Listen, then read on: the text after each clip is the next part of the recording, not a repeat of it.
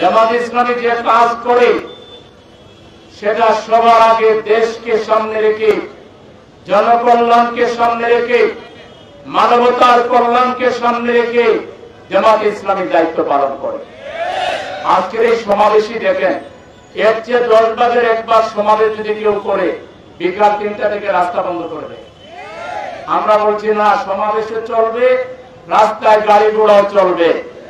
এই দেশ শুধু জামাত ইসলামের লোকদের নয়, এই দেশ শুধু রাজনৈতিক দলের লোকদের নয়, এই দেশ আমার শ্রমিক ভাইয়ের দেশ, এই দেশ আমার দেশের আবাল বৃদ্ধ বনিতার দেশ, এটা 18 কোটি মানুষের দেশ। এই দেশে সমাবেশে চলবে, গাড়িও চলবে। এট এ টাইম জীবনযাত্রাকে সচল রেখেই আমরা দায়িত্ব পালন করতে পারি, তার নমুনা হচ্ছে জামাত ইসলাম। কিন্তু এদেশের কিছু মানুষ, এদেরকে জ্ঞান পাপী বলা যেতে পারে, এদেরকে চোখ তাকিতে অন্ধ বলা যেতে পারে। হাইরে কপাল মন্দ, চোখ তাকিতে অন্ধ। এরা আল্লাহর ওই আয়াতের মধ্যে পড়ে, আল্লাহ কোরআনে বলেছেন, আল্লাহ তালবিসুল হাক্কা বিল বাতিলি ওয়া তাকতুমুল হাক্কা ওয়া আনতুম তা'লামুন। এরা জানে জামাত ইসলামী কতটা ত্যাগী সংগঠন, জামাত ইসলামী কতটা মানবতাবাদী সংগঠন, তারা ভালো করে জানে। কিন্তু জামাতের একটা কাজও তাদের ভালো লাগে না। জামাত নাকি আন্দোলন করে বিভ্রান্তি তৈরি করছে। আন্দোলন কি বিভ্রান্তির জন্য করা হয়?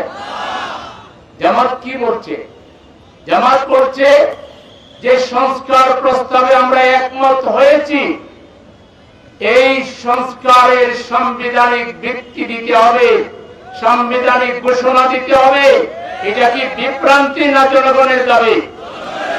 তাহলে যে বলেছে বিভ্রান্তি, সে নিজেই বিভ্রান্তির মধ্যে আছে, ঠিক না? 2 নম্বর, জামাত বলছে এটা শুধু সাংবিধানিক ঘোষণায় হবে না, জনগণের ম্যান্ডেট নিতে হবে, যাতে ভবিষ্যতে কোন স্বৈরাচার এটাকে পাল্টাতে না পারে।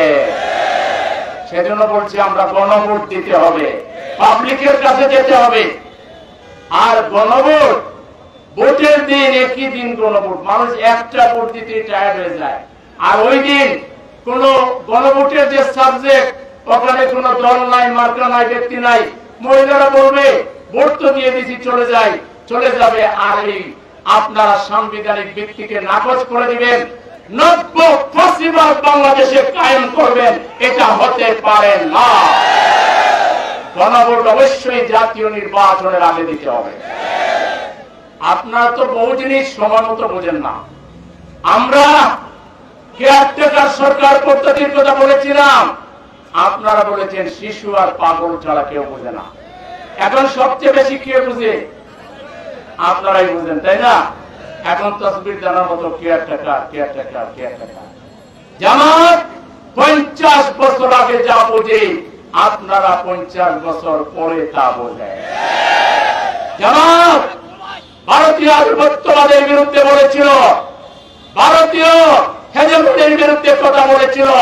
জামাত কখনো স্বাধীনতার বিপক্ষে কথা বলেনি। আপনারা সেটাকে বানাইছেন স্বাধীনতা বিরোধী।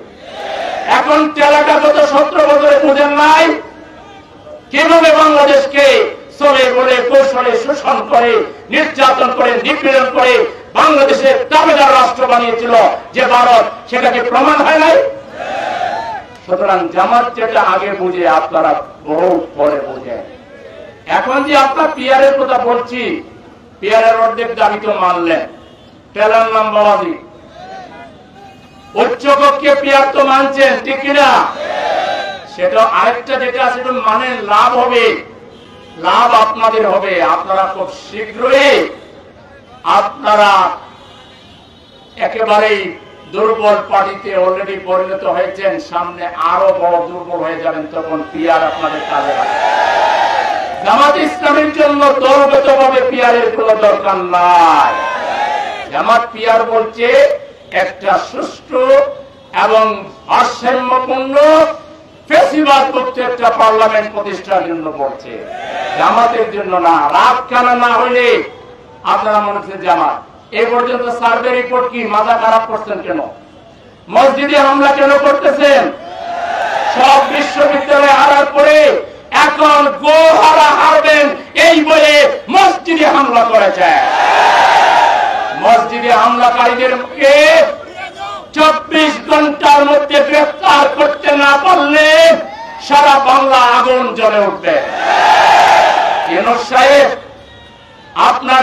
আপনার আইজিপি সাহেবকে বলেন আর উপদেষ্টা সাহেবকে বলেন, আমরা যে লেভেল প্লেইং ফিল্ডের কথা বলছি, সাথে বলছি, কোথায় আপনাদের লেভেল প্লেইং ফিল্ড?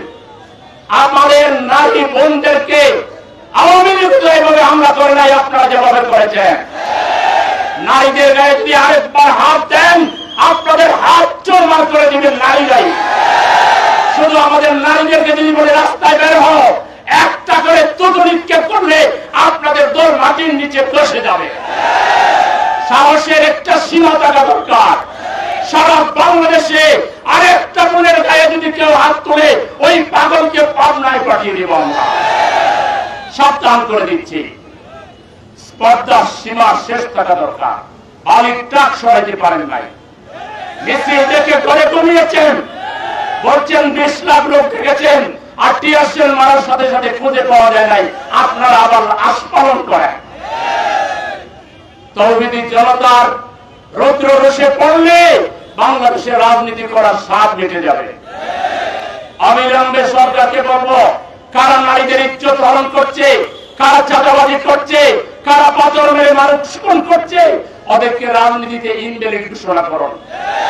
ওদের নির্বাচন করাই যোগ্যতা নাই।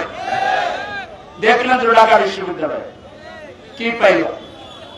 হ্যাঁ, জাহাঙ্গীরনগর বিশ্ববিদ্যালয়ে কি পাইল?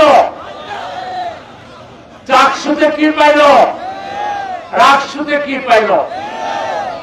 0। 4-0 বলে, হ্যাঁ 4-0 বলে তারা মাঠ আউট হয়েছে।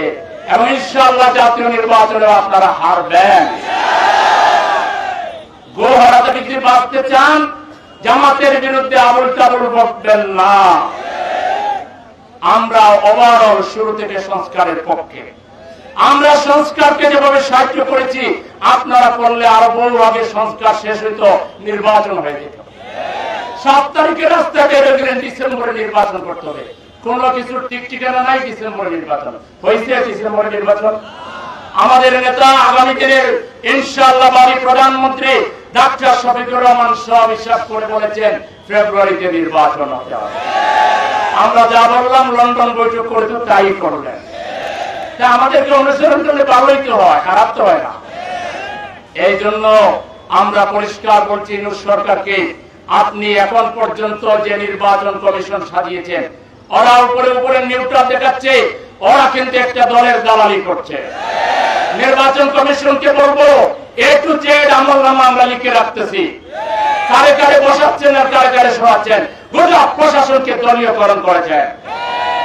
এই প্রশাসনের অধীনে কোন সুষ্ঠু নির্বাচন হবে না। ইউনূস সাহেবকে দায়িত্ব নিতে হবে, নির্বাচন কমিশনে নিরপেক্ষ লোক ঢোকান। একটা পিএম থেকে প্রধান পর্যন্ত আপনাদের দলীয় লোকদেরকে যদি নির্বাচন করতে চান, এই নির্বাচন সুষ্ঠু হবে না।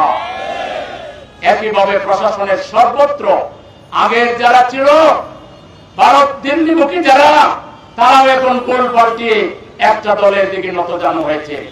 আর নতুন করে দেখে দেখে মুখ দেখে দেখে একটু নামাজি, একটু দিনদার, একটু নিউট্রাল ঘুষ খায় না, তাকে জামাত বানিয়ে সাকাই এবং ট্রান্সফার করছে।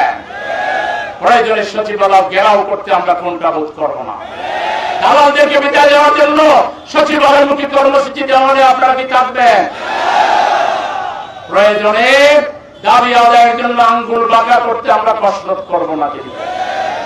আমরা সহজ সরল থেকে মনে করবেন না আমরা বোকা। আমাদের এই সরলতা, এটা ইমানি সরলতা, এটা ইমানি মানুষের সরলতা। আমরা বাঁকলে পালাবার রাস্তা কোনো চাষা পাইলেন না। এই জন্য শেয়ার করে দিচ্ছি, আপনারা ওই দলীয়করণ আর দেখে দেখে লোকদেরকে সেট আপ করা, ট্রান্সফার করা এবং ভালো মানুষগুলোকে আপনারা হয়রানি করা যদি বন্ধ না করেন, তাহলে বাংলাদেশের নির্বাচন আপনারা ফেব্রুয়ারিতে করতে চান, স্বপ্নের মধ্যে থাকেন।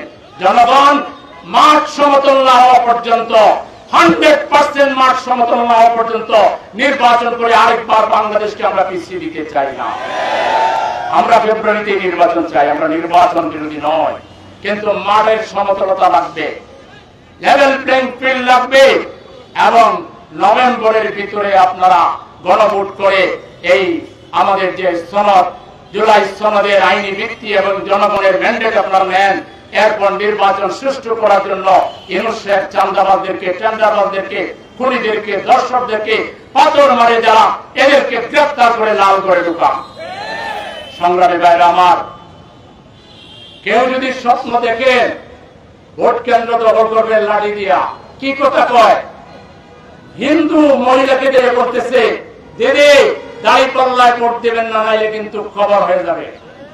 ওই মাস্তানগুলো বাইরে থাকতে দেশে নির্বাচন হবে।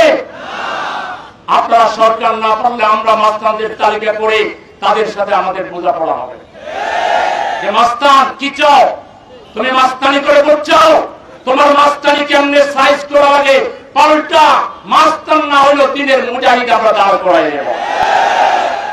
আর যদি ভালোভাবে ভোট করতে চাও, এইরকম এরকম উল্টা সিধা কথা কেউ বলবেন না, দাড়ি পাল্লায় ভোট দিয়ে কেউ বাড়ি দিয়ে দেবেন না। বাড়ি কি তোমার বাপে? বাংলাদেশ কি তোমার বাপ দাদা? দালালরা ভিন্ন ভিন্ন দল থেকে এসে একত্রিত হয়ে বাংলাদেশকে আবার দালালির রাজ্যে পরিণত করার জন্য, ভারতের করদ রাজ্যে পরিণত করার জন্য যারা ভারতের পচাটা গোলাম হিসেবে ভূমিকা রাখছ, বাংলাদেশের জনগণ ভোটের মাধ্যমে লাল কার্ড দেখিয়ে দেবে। অতএব আমরা পরিষ্কার বলতে চাই, আমরা মাঠে আসতে চাইনি, আমরা এখন এলাকায় যেতে চাই, ভোট কন্ট্রাক্ট করতে চাই, কিন্তু সব কিছু সাজাইয়া গুছাইয়া আপনারা আরেকটা নাটক হাসিনা মার্কা ইলেকশন করবেন, এই স্বপ্ন দুঃস্বপ্নে পরিণত হবে। বাংলাদেশের নির্বাচন যদি কোনো কারণে অনুষ্ঠিত হয়, এই বিশেষ দলটাকেই কিন্তু দায়িত্ব নিতে হবে। তারা বলে আমরা সংস্কার চাই, কিন্তু বৈঠকে কি উল্টা করে। এখন সবাই এক পথে যে গণভোট চায়, ইলেকশনের দিন গণভোট, ইলেকশনের দিন গণভোট কি হবে?